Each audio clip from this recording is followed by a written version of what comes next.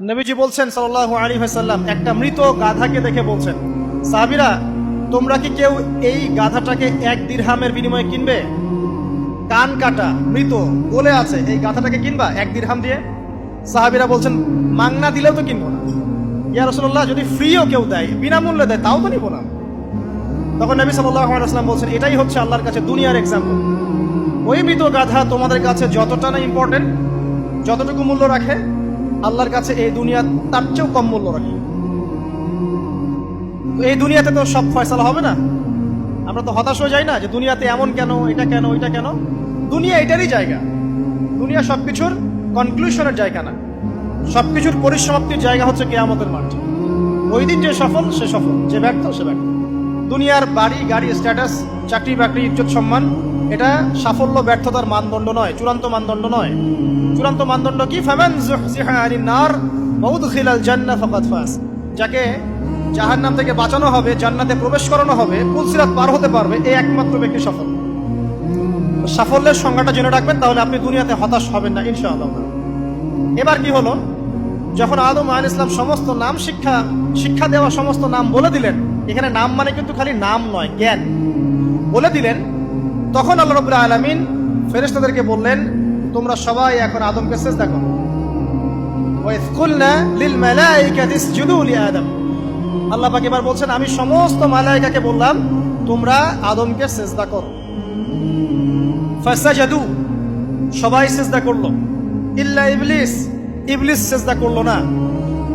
কেন করলে না? ইবলিসকে বলা হচ্ছে, ইয়া ইবলিস মা মানাকা আল্লা তাসজুদা ইয আমারতুক। তোমাকে কে নিষেধ করলো সিজদা করতে ওই আদমকে, যাকে আমি আদেশ করেছি? কে নিষেধ করলো? তখন ইবলিস বলছে, খলাকতানি মিন নার ওয়া খলাকতাহু মিন তিন। আমাকে সৃষ্টি করেছেন আগুন দিয়ে, আর আদমকে সৃষ্টি করেছেন মাটি দিয়ে, আমি কিভাবে তাকে সিজদা করতে পারি? ইবলিস বলতে চাইলো যে আপনি যে বলছেন আদমকে সিজদা করো, আদম তো মাটির তৈরি, আমি তো আগুনের তৈরি, তাহলে আপনি ভুল বলছেন। নাউজুবিল্লাহ। আগুন কেন মাটির সামনে নত হবে? মাটি আগুনের সামনে নত হওয়া উচিত। তার কেয়াস হচ্ছে এমন। কেয়াস মানে কি? তার এটা কি? হ্যাঁ, তার এটা যুক্তি, তার এটা যুক্তি এবং দর্শন যে আমি কেন তাকে সিজদা করব? আমি তো আগুনের তৈরি, আর আদম হচ্ছে মাটির তৈরি। তো খলাকতাহু মিন নার ওয়া খলাকতানি মিন তিন, খলাকতানি মিন নার ওয়া খলাকতাহু মিন তিন। আমাকে সৃষ্টি করেছেন আগুন দিয়ে, আদমকে সৃষ্টি করেছেন মাটি দিয়ে। আবা ওয়াস্তাকবারা, আল্লাহ পাক বলছেন সে উদ্ধত হলো এবং অহংকার প্রদর্শন করলো। আর আল্লাহ পাক অনেক কিছু মাফ করে দেন, কিছু কিছু বিষয় আল্লাহ পাক মোটেই পছন্দ করেন।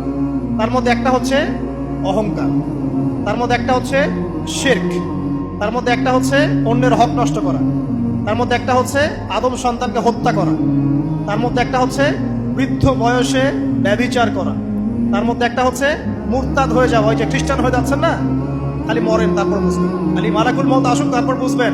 আল্লাহ রাব্বুল আলামিন বলছেন তার রাসূলের মাধ্যমে, কেউ যদি সাক্ষ্য দেয় আল্লাহ ছাড়া কোনো মাবুদ নাই, মুহাম্মদ সাল্লাল্লাহু আলাইহি ওয়াসাল্লাম শেষ নবী, ঈসা ইবনে মারইয়াম আল্লাহর প্রেরিত নবী, আল্লাহর পুত্র নন, জান্নাত সত্য এবং জাহান্নাম সত্য, এই 5টা বিষয় যদি কেউ সাক্ষ্য দেয়, ইনশাআল্লাহ সে জান্নাতে যাবে, তার আমল যেমনই হোক না। টাকার বিনিময়ে, চাকরির বিনিময়ে, সমাজসেবার নামে আর চিকিৎসার নামে ঈমান বিক্রি করে ফেললেন। সুবহানাল্লাহ, সুবহানাল্লাহ। তোমাদের এই পৃথিবীতে বেঁচে থাকার চাইতে মাটির তলে চলে যাওয়া ভালো। আবর্জনার কোনো প্রয়োজন নাই আল্লাহর এই জমিনে। এই মুসলিম উম্মার আবর্জনার কোনো প্রয়োজন নাই। এই মুসলিম উম্মার ইমানদার সাহসী তরুণ প্রজন্মের দরকার। আল্লাহ পাক কবুল করুন, আমিন। এরপরে কি হলো?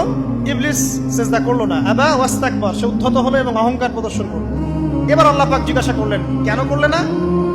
কেন করলে না? সে বলল যে আগুন দিয়ে সৃষ্টি করেছেন আমাকে, তাকে সৃষ্টি করেছেন আপনি মাটি দিয়ে, সো আপনি ভুল, আমি সঠিক, আমি কেন তাকে সিজদা করব? আল্লাহ পাক তখন আর তার প্রতি রহম করলেন না। আল্লাহ পাক তখন তাকে বলছেন, ফাখরুজ মিনহা, এখান থেকে বেরো। আল্লাহ পাক যেমন গফুর রহিম, আরহামুর রাহিমিন, ঠিক তেমনি আল্লাহ পাক শাদীদুল ইকাব, কঠিন শাস্তি দাতাও বটে। আল্লাহ পাক শুধু কি দয়াই করবেন, শাস্তি দিবেন না? দিবেন। ফাখরুজ, অপদস্থ হয়ে, লাঞ্ছিত হয়ে এখান থেকে বের হয়ে যাও।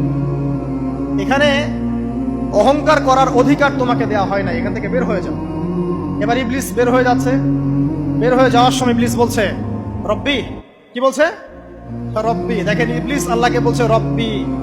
মানে ইবলিস আস্তিক। ইবলিস কি আস্তিক? ইবলিস আল্লাহ বিশ্বাস করে। ইবলিস বলছে রব্বি, হে আমার রব, আনজিরনি ইলা ইয়াউমি ইউবআসুন, আমাকে কিয়ামত দিবস পর্যন্ত অবকাশ দেন। আমাকে তো বের করে দিচ্ছেন, ঠিক আছে, আমাকে কিয়ামত দিবস পর্যন্ত অবকাশ দেন। শব্দ চয়ন হচ্ছে রব্বি, হে আমার রব। মানে ইবলিস কিন্তু নাস্তিক না। তাহলে এখন যারা এই যে এথিজমে বিশ্বাস করছেন, আসলে এরা কেউ নাস্তিক না, এরা ইসলাম বিদ্বেষী। কখনো দেখবেন না তাদেরকে অন্য ধর্মের কোনো বিষয় নিয়ে কটু মন্তব্য করছে, প্রশ্ন উত্থাপন করছে, এমনটা খুব কমই দেখবেন। এদের যত মাথা ব্যথা ইসলাম নিয়ে। এখানে দেখেন ইবলিসের কথা বলছি, ইবলিস কিন্তু আস্তিক। ইবলিস কি বলছে? রব্বি আনজিরনি ইলা ইয়াউমি ইউবআসুন, হে আমার রব। ইবলিস জানে যে আল্লাহ তার রব। ওই যে সূরা হাশরের শেষের দিকে পড়ে দেখবেন ইবলিস বলে উকফুর, তোমরা কুফরি করো। তারপরে মানুষ যখন কুফরি করে সে বলে আমি ইন্নী আখাফুল্লাহ রাব্বাল আলামিন, আমি আল্লাহকে ভয় করি যে জগৎ সমূহের প্রতিপালক। শয়তানকে মানুষকে জিজ্ঞাসা করবে, জাহান্নামীরা, তুমি আমাদেরকে পথভ্রষ্ট করেছো। শয়তান বলবে আমি কিচ্ছু করি নাই, আমি তোমাদেরকে কোনো কাজে ফোর্স করি নাই, আমি শুধু তোমাদেরকে ওয়াসওয়াসা দিয়েছি, তোমরা নিজেরাই কাজ করছো। ওয়ালা তালুমুনি ওয়ালুমু আনফুসাকুম, সূরা ইব্রাহিম পড়ে দেখেন। শয়তান বলবে তোমরা আমাকে লানত করো না, নিজেদেরকেই লানত করো, আমি তো তোমাদেরকে বাধ্য করে কাজ করাই নাই, তোমরা নিজেরাই করেছো এই কাজ। আসুন সামনে যাই। এবার আল্লাহ পাক যখন ইবলিসকে বের করে দিলেন, সে বলছে আমাকে কিয়ামত পর্যন্ত অবকাশ দিন। কিয়ামত পর্যন্ত অবকাশ নিয়ে ইবলিস কি করবে? উত্তর, ইবলিস বলছে ফাবিমা আগওয়াইতানি, হে আল্লাহ, যে কারণে বা যে আদমের কারণে আপনি আমাকে এখান থেকে বের করে দিলেন, লাআকউদান্না লাহুম সিরাতাকাল মুস্তাকিম, আমি সে আদম সন্তানের সরল পথে ওত পেতে বসে থাকবো। শয়তানের কথা কি মনে থাকবে যুবক ভাইরা? শয়তানের চ্যালেঞ্জ কি? আমি আদম সন্তানের সরল পথে ওত পেতে বসে থাকবো, মানে আমার আপনার সবার পথে সে ওত পেতে বসে আছে। এটা যদি মাথায় থাকে তাহলে জীবনে চলা সহজ হয় না?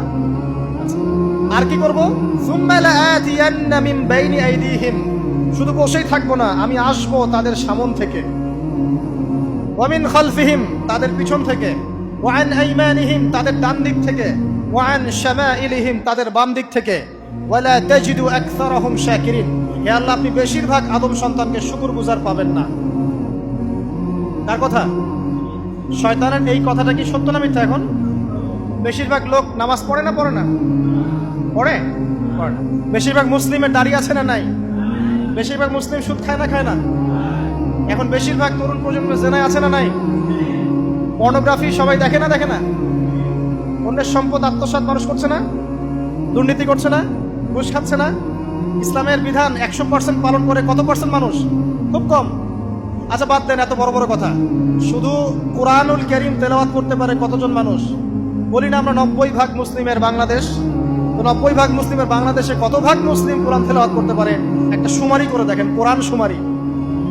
এটা কোরআন শুমারি করে দেখেন যে কত পার্সেন্ট মুসলিম শুদ্ধ করে কোরআন পড়তে পারে। যারা পড়তে জানে তাদেরও পড়া যে কত ভুল আছে, আলেম ওলামার কাছে গেলে বুঝতে পারবেন। আর এই ভুলের কারণে যে অর্থ কত পরিবর্তন হচ্ছে আপনি তো জানেনই না।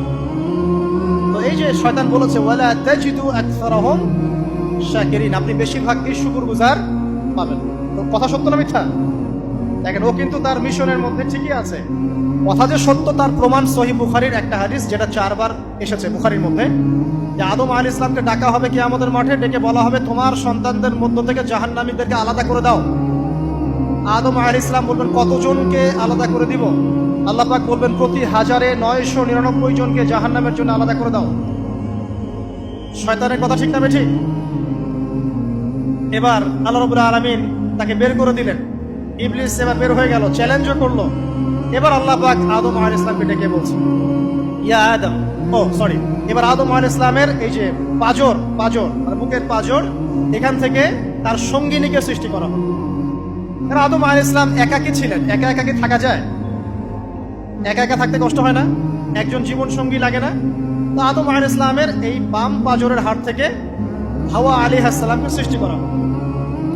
সৃষ্টি করার পর আরো একটা ঘটনা আছে যে আল্লাহ রাব্বুল আলামিন আদম আলাইহিস সালামের পিঠের যে অংশটুকু আছে, এই অংশটুকু থেকে আগামীতে যত আদম সন্তান আসবে সবাইকে ছোট ছোট পিঁপড়ার আকৃতিতে সামনে নিয়ে দেখালেন।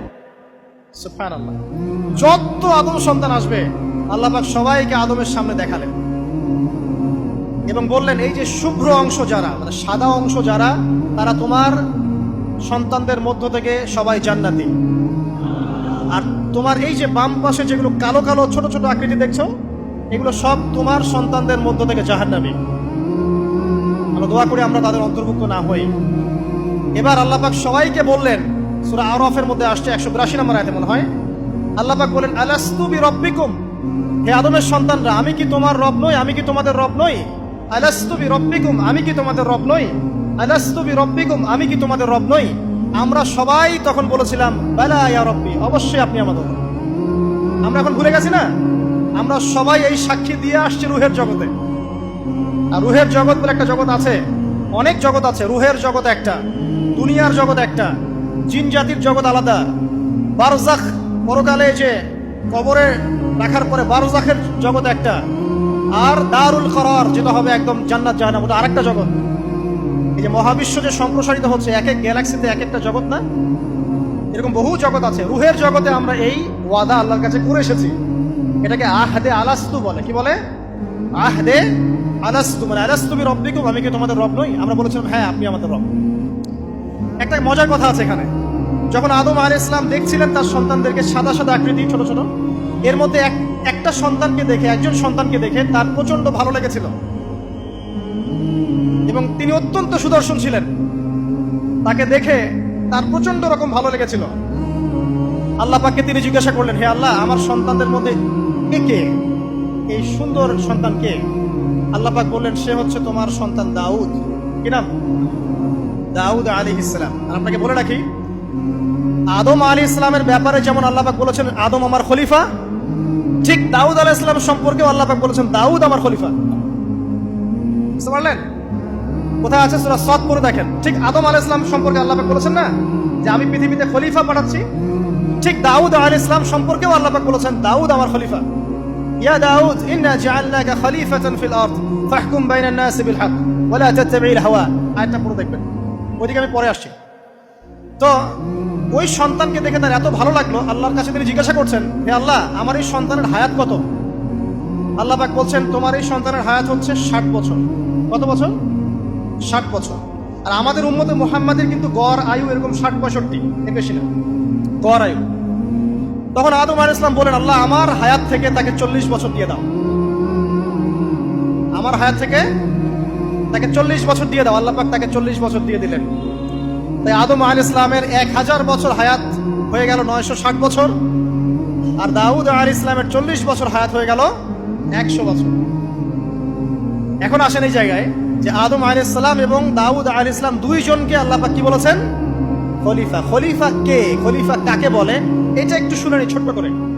সূরা সাদ পড়বেন 24 কি 26 নম্বর আয়াত। আল্লাহ পাক বলছেন, ইয়া দাউদ, হে দাউদ, খলিফার কাজ কি এটা শোনেন। হে দাউদ, ইন্না জাআলনাকা খলিফাতান ফিল আরদ, নিশ্চয়ই আমি আল্লাহ তোমাকে পৃথিবীতে খলিফা করেছি। কি করেছি? খলিফা করেছি। তোমার কাজ কি? ফাহকুম বাইনান নাসি বিল হক, মানুষের মাঝে আল্লাহর বিধান দ্বারা হকের মানদণ্ডে বিচার ফয়সালা করবে। আর আল্লাহর খলিফার দায়িত্ব কি? আল্লাহর বিধান দ্বারা বিচার ফয়সালা করা। ওয়ালা তাত্তাবি'ল হাওয়া, তুমি নিজের প্রবৃত্তির অনুসরণ করবে না। ফায়ুদিল্লাকা আন সাবিলিল্লাহ, তাহলে তোমাকে এটা সরল পথ থেকে বিচ্যুত করে দেবে। ইন্নাল্লাযীনা ইউদিল্লুনা আন সাবিলিল্লাহ, নিশ্চয় যারা আল্লাহর পথ থেকে বিচ্যুত হয়ে যায়, লাহুম আযাবুন শাদীদ, তাদের জন্য কঠিন শাস্তি আছে। বিমা নাসু ইয়াউমাল হিসাব, এই কারণে যে তারা হিসাবের দিনটা ভুলে গেছে। এই আয়াত থেকে খলিফার ফাংশন বুঝতে পারলেন? খলিফার ফাংশন কি? আপনি যা ইচ্ছা তাই ফয়সালা করবেন, নিজের মন গড়া যা ইচ্ছা রচনা করবেন। ফাহকুম বাইনান নাসি বিল হক, মানুষের মধ্যে হকের মানদণ্ডে বিচার ফয়সালা করুন। হকটা কি জিনিস? আমার দর্শন হক, আমার ফিলোসফি হক, আমার যুক্তি, আমার বিজ্ঞান, এগুলোই হকের মানদণ্ড। হকের মানদণ্ড কি? কোথায় উত্তর আছে? কোরআনেই উত্তর আছে। কোন সূরা? সূরা কাহফ। কত নম্বর আয়াত? আয়াত নাম্বার 29। আল্লাহ পাক বলছেন, ওয়া কুলিল হাক্কু মির রাব্বিকুম, হক সেটাই যা তোমার রবের পক্ষ থেকে নাযিল। কথা কি ক্লিয়ার? হক কি জিনিস? যা তোমার রবের পক্ষ থেকে নাজিল হয়। ফামান শাআ ফালইউমিন, যার ইচ্ছা হয় সে স্বীকার করুক। ওয়ামান শাআ ফালইয়াকফুর, যার ইচ্ছা হয় সে অস্বীকার। ইন্না আ'তাদনা লিযালিমিনা নারান, অস্বীকারী জালেমদের জন্য আমি আগুন প্রস্তুত করে রেখেছি। তো এখানে আপনি হকের সংজ্ঞা পেলেন এবং হকের মানদণ্ডে বিচার ফয়সালা করলে পরে খলিফা হয়। যদি আল্লাহ পাকের হকের মানদণ্ডে কেউ ফয়সালা না করে সে আল্লাহর খলিফা নয়, সে শয়তানের খলিফা। কথা কি ক্লিয়ার? আচ্ছা, এখন যদি আপনি বাধ্য হন কোনো ক্ষেত্রে সেটা আলাদা বিষয়, বাধ্য হয়েছেন সেটা আলাদা বিষয়, কিন্তু আকীদা স্পষ্ট থাকতে হবে যে আল্লাহ রাব্বুল আলামিনের বিধান চূড়ান্ত, এর উপর কোনো বিধান নাই। এখন আপনি আদম এবং দাউদ আলাইহিস সালামের মধ্যে একটা সম্পর্ক বুঝতে পারলেন। এবার আল্লাহ পাক আদম আলাইহিস সালামকে ডাকলেন, ডেকে বলছেন, আদম এবং হাওয়া, তোমরা দুজন উসকুন আনতা ওয়া যাওজুকাল জান্নাহ, এবার তুমি আর তোমার স্ত্রী হাওয়া তোমরা জান্নাতে থাকো। ফাকুলা মিনহা রাগাদান হাইথু শি'তুমা, জান্নাতের যেখান থেকে ইচ্ছা তোমরা ফল খাও বা যা ইচ্ছা তাই করো, সবকিছু উন্মুক্ত তোমাদের জন্য জান্নাতে। একটা বিষয়, ওয়ালা তাকরাবা হাদিহিশ শাজারা, এই যে গাছটা দেখছো এই গাছের কাছেও যাবে না। এখানে শব্দ এমন না যে গাছের ফল খাবে না, শব্দ হচ্ছে এমন গাছের কাছেও যাবে না। যেমন ওয়ালা তাকরাবু জিনা, জিনা করবে না আল্লাহ পাক বলেননি, বলেছেন জিনার কাছেও যাবে না। ওয়ালা তাকরাবু মাল আল ইয়াতীম, ইয়াতীমের মাল খাবে না আল্লাহ পাক বলেন নাই, আল্লাহ বলছেন ইয়াতীমের মালের কাছেও যেও না। আমি কি বুঝাতে পারছি? এই গাছের কাছেও যেও না। এবার জান্নাতে তারা থাকতে লাগলেন। এবার ইবলিস তো আর হাল ছেড়ে দেয় নাই, সে কি বলেছিল, ডান বাম সামন পিছন সব দিক থেকে আসো। সে এসে ওয়াসওয়াসা দেয়। কি ওয়াসওয়াসা দেয়? হে আদম হাল আদুল্লুকা, আমি কি তোমাকে বলে দিব, আলা শাজারাতিল খুলদ ওয়া মুলকিন লা ইয়াবলা, হে আদম আমি কি তোমাকে বলে দিব এমন একটা গাছের কথা যেই গাছের ফল খেলে পরে তুমি চিরস্থায়ী জীবন লাভ করবে, কোনোদিন মারা যাবে না। এই চিরস্থায়িত্বের টোপ দিচ্ছে কে? এই চিরস্থায়ী ক্ষমতার টোপে মানুষ পথ হারাচ্ছে না পৃথিবীতে। ওয়া মুলকিন লা ইয়াবলা, এমন রাজত্ব পাবে যেই রাজত্ব কখনো ক্ষয় হবে না। চিরস্থায়িত্বের টোপ, রাজত্বের টোপ, এই দুটোই হচ্ছে পৃথিবীতে মানুষকে পথভ্রষ্ট করার শয়তানের অস্ত্র। কথা মনে বুঝতে পারেন না? আমার মাথার উপর দিয়ে যাচ্ছে, বুঝতে পারবেন ইনশাআল্লাহ। তো টোপ দিচ্ছে দুইটা, হাল আদুল্লুকা আলা শাজারাতিল খুলদ ওয়া মুলকিন লা ইয়াবলা। করতে করতে করতে করতে একদিন সত্যি সত্যি আমাদের পিতামাতা সেই গাছের কাছে চলে গেলেন। যখনই চলে গেলেন, ফালাম্মা যায়াকা শাজারা, যখন তারা গাছের কাছে চলে গেলেন, বাদাত লাহুমা সাওআতিহিমা, তাদের পরনে যে জান্নাতি কাপড় ছিল ধাপাস করে খুলে পড়ে গেল। ইন্না লিল্লাহি ওয়া ইন্না ইলাইহি রাজিউন। আমাদের পিতামাতাকে পুরো মহাবিশ্বে ফেরেশতাদের সামনে জান্নাতে নগ্ন করে দিল ইবলিস। আমি মনে বুঝাতে ব্যর্থ হচ্ছি, আমাদের পিতামাতাকে জান্নাতে ফেরেশতাদের সামনে, সবার সামনে নগ্ন করে কাপড় খুলে ফেললো কে? ইবলিস। তো এখন যে কাপড় খোলার সংস্কৃতি চলছে, কারা এরা? ওরা জিন শয়তান, এগুলো মানুষ শয়তান। শয়তান দুই প্রকার, মিনাল জিন্নাতি ওয়ান নাস, জিন শয়তান আর মানুষ শয়তান। ওই জিন শয়তান এদেরকে ওয়াসওয়াসা দিয়ে দিয়ে নগ্ন করেছে, এরা এখন নগ্নতার আন্দোলন শুরু করেছে। এবং আমি জানি কয়দিন পর এটা বিকিনি পরেও ঘুরবে। অবাক হচ্ছেন? কিয়ামতের আলামতের মধ্যে অন্যতম হচ্ছে মানুষ রাস্তার ধারে ধারে জেনা করবে, রাস্তার মনে মনে জেনা হবে। তখন তার সবচেয়ে ভালো মানুষ হবে সেই ব্যক্তি যে গিয়ে বলবে, বাবা তোমরা জেনা করছো, এই দেয়ালের পিছনে গিয়ে করতে পারলা না, সে হবে সবচেয়ে ভালো মানুষ। এই যে কাপড় খোলার সংস্কৃতি শুরু হয়েছে, এটা কার সংস্কৃতি? বাদাত লাহুমা সাওআতিহিমা। আল্লাহ পাক আরো বলছেন, ইয়া বানি আদম, হে আদম সন্তান, লা ইয়াফতিনান্নাকুমুশ শাইতান, শয়তান যেন তোমাদেরকে ফিতনায় ফেলতে না পারে। কামা আখরাজা আবাওয়াইকুম মিনাল জান্নাহ, ঠিক যেভাবে শয়তান তোমাদের পিতামাতাকে জান্নাত থেকে বের করে দিয়েছিল। আর কি করেছিল? কামা আখরাজা আবাওয়াইকুম মিনাল জান্নাহ ইয়ানজিউ আনহুমা লিবাসাহুমা, শয়তান তোমাদের পিতামাতার লেবাস পোশাক খুলে ফেলেছিল। ঠিক এভাবেই যেন পৃথিবীতে শয়তান তোমাদেরকে ফিতনায় ফেলতে না পারে, আল্লাহ পাক সতর্ক করছেন। এখন কি বুঝতে পারছেন? এই নগ্নতার যে 6 লাভ, নগ্নতা, অশ্লীলতা, পর্নোগ্রাফি, বেহায়াপনা, ফ্রি মিক্সিং, নারীদেরকে নগ্ন করে রাস্তায় বের করে নিয়ে আসা, এগুলো কার এজেন্ডা? শয়তানের এজেন্ডা। এর উপর কোনো কথা নাই, কারণ কোরআনের উপর কোনো সত্য নাই। এগুলোর উপরে কোনো কথা হবে না, বিকজ কোরআনের উপর কোনো সত্য নাই। আছে? নাই। কোরআনে আল্লাহ পাক বলেছেন যে শয়তান ফিতনায় ফেলেছিল, ইয়ানজিউ আনহুমা লিবাসাহুমা, শয়তান তোমাদের পিতামাতার লেবাস খুলে ফেলে দিয়েছিল। ওয়া তাফিকা ইয়াখদিফানি আলাইহিমা মিন ওয়ারাকিল জান্নাহ, তখন আমাদের পিতামাতা জান্নাতের গাছের যে এই যে পাতাগুলো আছে এগুলো ছিঁড়ে ছিঁড়ে লজ্জাস্থান থাকতে লাগলেন। ইন্না লিল্লাহ। আমাদের পিতামাতার কি দুর্দশা হয়েছিল, আমাদের পিতামাতার কি দুর্দশা, কি লজ্জা হয়েছিল তখন। চিন্তা করে দেখেন, শয়তান কাপড় খুলে ফেলে দিয়েছে। আর আমাদের পিতামাতা, আমাদের মা, আমাদের বাবা জান্নাতের এই যে পাতাগুলো ছিঁড়ে ছিঁড়ে গায়ের লজ্জাস্থান ঢাকা শুরু করেছেন, কি পরিমাণ লজ্জা চিন্তা করেন। আপনাকে যদি এখানে কেউ নগ্ন করে ফেলে, আপনি যদি না চান বিষয়টা, সবাই জোর করে আপনার কাপড় খুলে ফেলে, আপনার কেমন লাগবে? কেমন লাগবে? এই ঘটনা ঘটেছে মহাবিশ্বে, শয়তান ঘটিয়েছে।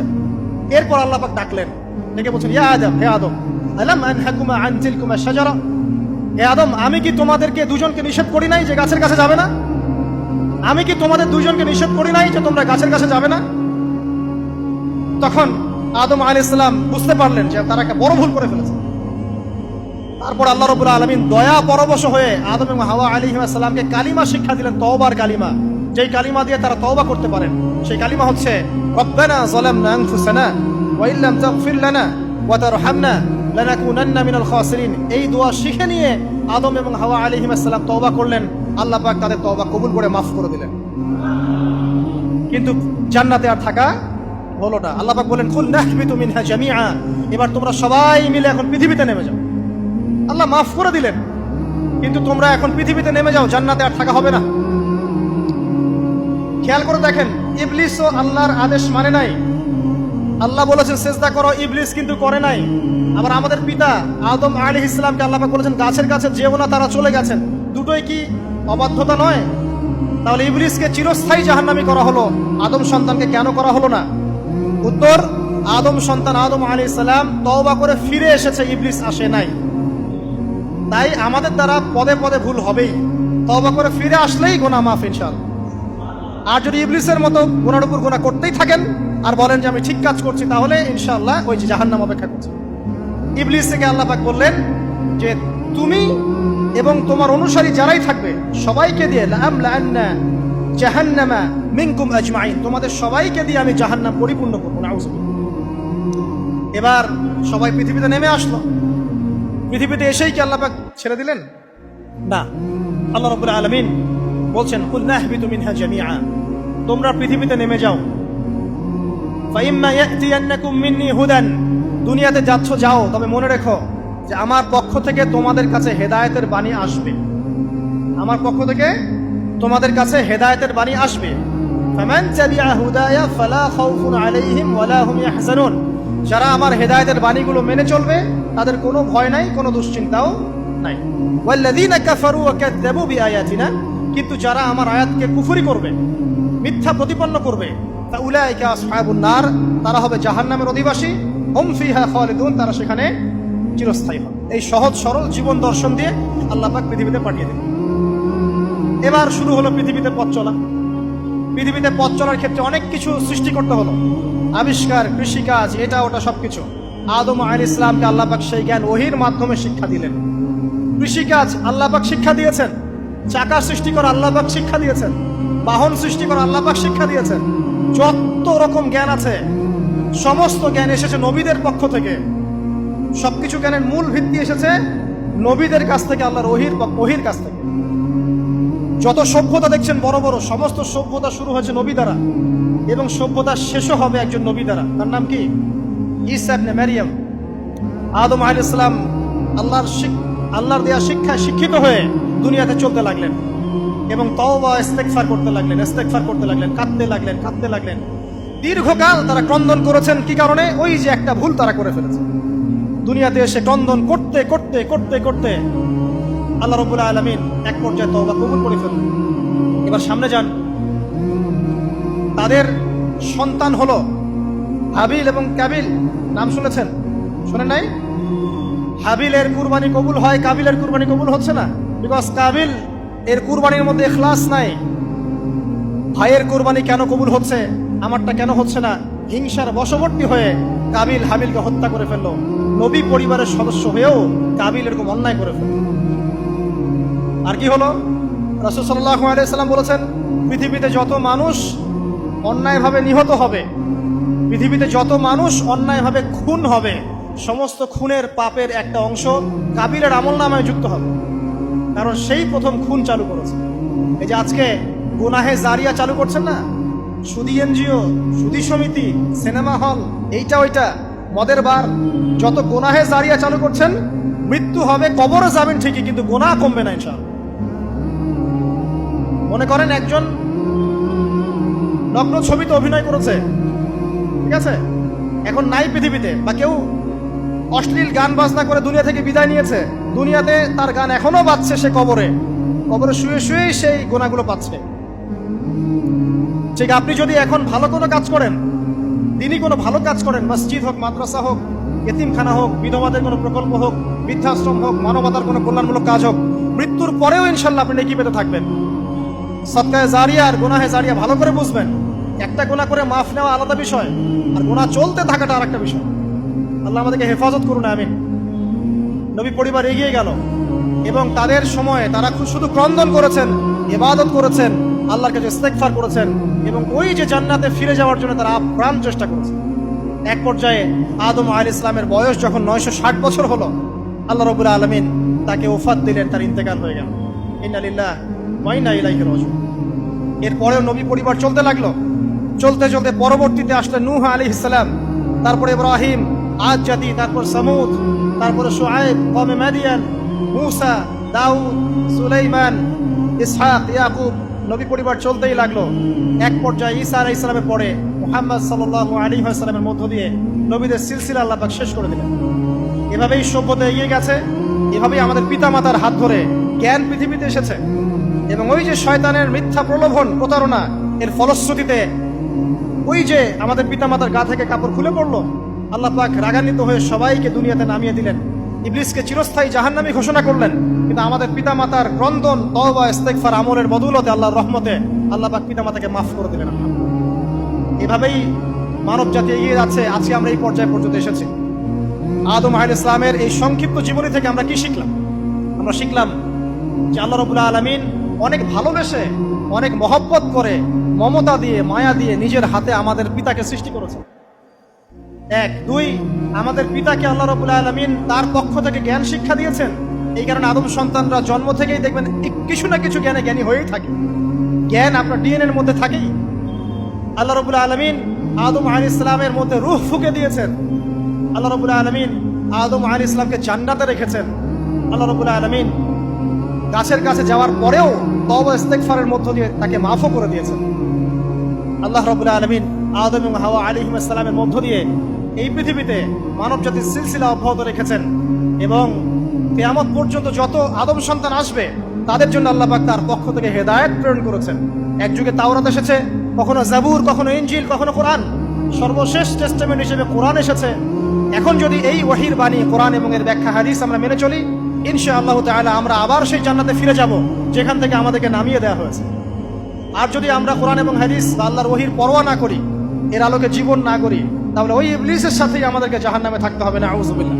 আল্লাহ রাব্বুল আলামিন আমাদের সবাইকে কোরআন এবং সুন্নাহ, আল্লাহর ওহী মেনে চলার তৌফিক দান করুন এবং ইবলিসের খপ্পর থেকে আল্লাহ পাক আমাদেরকে বাঁচিয়ে রাখুন। ইবলিসের যত এজেন্ট আছে, ওদের যে দুরভিসন্ধি, ষড়যন্ত্র এবং শয়তানি ফাঁদ, এগুলো থেকে আল্লাহ পাক আমাদেরকে, আমাদের মা বোনদেরকে, আমাদের পরিবারের সদস্যদেরকে, আমাদের সমাজকে, রাষ্ট্রকে আল্লাহ পাক হেফাজত করুন, বাঁচিয়ে রাখুন। আমিন।